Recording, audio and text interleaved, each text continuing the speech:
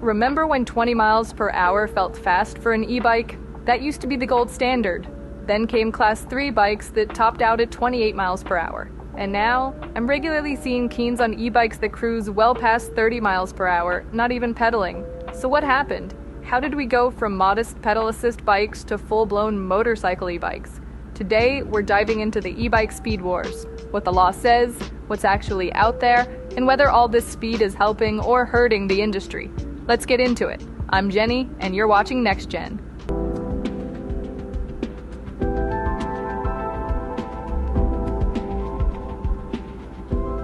Next Gen. Let's start with the basics. What does the law say? You may already know this, so we'll just do a quick refresher of the three-class system. In the US, e-bikes are typically divided into three classes. Class 1 e-bikes are pedal assist only, with a top speed of 20 miles per hour. You have to pedal to make them go. There's no hand throttle.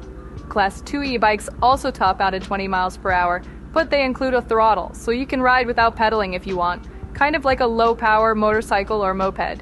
Then there's Class 3, which are supposed to be pedal assist only, which means no throttle in many states, but they can go up to 28 miles per hour.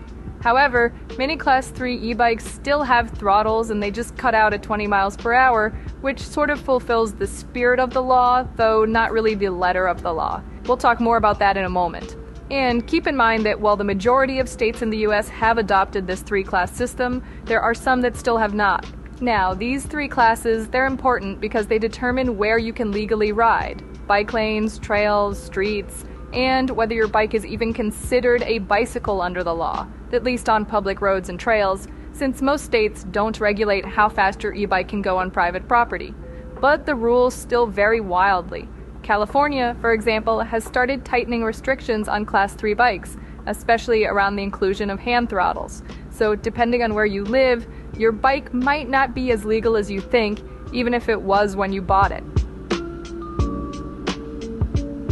Here's the twist though. What manufacturers sell as a, quote, Class 2 or Class 3 e-bike isn't always the full story. In the real world, a lot of bikes come with speed settings that can be unlocked, sometimes referred to as off-road modes, or some companies just plain ignore the classification system altogether. I've tested so-called Class 3 e-bikes that can easily hit 32, 33, even 35 miles an hour, and not just going downhill. Many major brands offer models that can be unlocked to go faster than legally allowed, often with just a few taps in the settings menu. That leads to this legal gray area, bikes that look like compliant e-bikes but ride more like fast mopeds. The issue is even more common among the lesser-known brands, since they're often shorter-lived companies that can get away with flouting the laws. A lot of these bikes take on heavier, more motorcycle-like appearances to further lean into this high-power, high-performance image. And because these faster e-bikes are popular, and people continue to buy them in huge numbers, more companies spring up to fill that demand for sporty, high-performance models. And then, to make things even more confusing, there's a new type of two-wheeler that has become very popular, which is often called a Sur-Ron-style e-bike, after the company that made them famous. These are basically light electric dirt bikes that have become hugely popular with teens, but they rarely ever have pedals and are definitely not legal electric bicycles. Some even hit 40 or 45 miles per hour, and at that point, you're really straddling the line between a bike-sized vehicle and motorcycle-level performance. Sure, there's no registration and no license plate, but it's still not a street-legal electric bicycle that would normally be welcomed in a bike lane. It's important to remember that these type of bikes, while technically bikes in the broader sense, are not legally electric bicycles. They're bikes in the way a Harley-Davidson owner refers to as bike.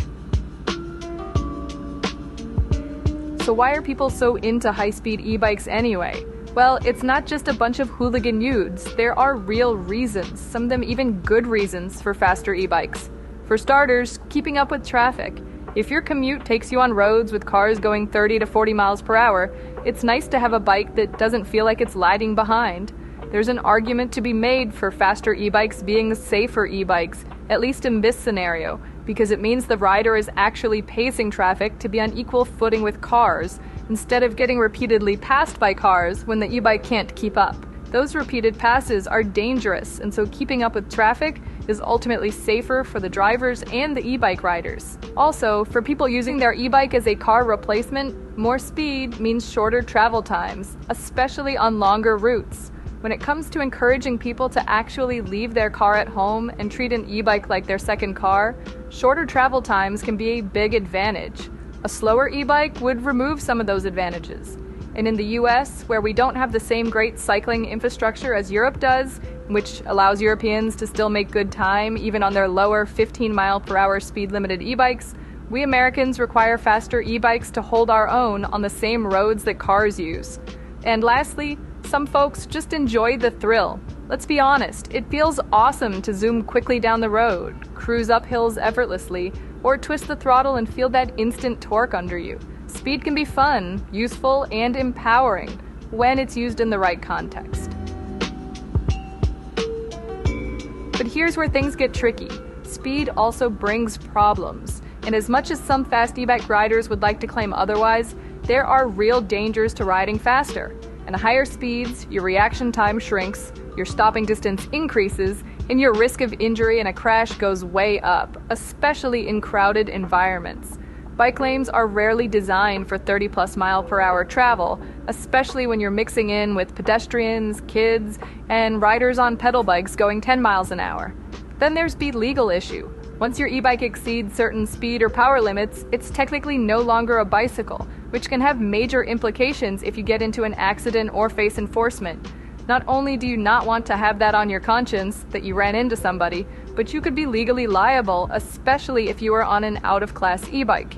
And on a bigger level, the rise of ultra-fast e-bikes could actually hurt the public perception of this industry.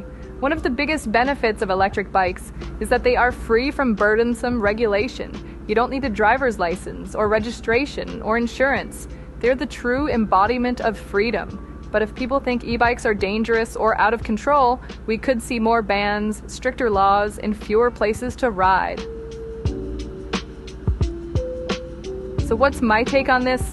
First of all, I obviously love e-bikes. And look, I'll be honest, I do sometimes ride bikes that are technically over the legal limit. Not recklessly, but I've tested and enjoyed a lot of Class 3-ish bikes that creep over the limit or that have throttles that allow them to go over 20 miles per hour. I always try to be smart and respectful about it. If I'm in a crowded area, of course I slow down. If I'm riding with other people, I just match their pace. If I'm alone on an open road, though, I don't mind going a bit faster. Basically, I just try to be courteous. I try not to blast past pedestrians or give anyone a reason to think e-bikes are unsafe. I think speed can be a part of the fun, but only if we use it responsibly. I also think manufacturers need to be way more transparent about their bike's true capabilities. If a bike goes 33 miles per hour out of the box, don't call it a Class 2. That just confuses riders and regulators. Clear labeling, safer defaults, and easy-to-access settings would go a long way towards helping riders stay legal and in control. So now I want to hear from you in the comments section. Question of the day: what do you think is the safest top speed for an e-bike? Are you someone who craves speed, or are you more of an easy rider type? And while we're at it, what's the fastest you've ever gone on an e-bike? Drop your answer in the comments. I'd love to hear your stories. Here are a few answers from some of my subscribers on questions I've asked in my last video. Make sure you're following, and I may feature your answer in an upcoming video. That's it for now. I'm Jenny. Stay charged, stay curious, hit subscribe, and I'll see you next time. Next Gen.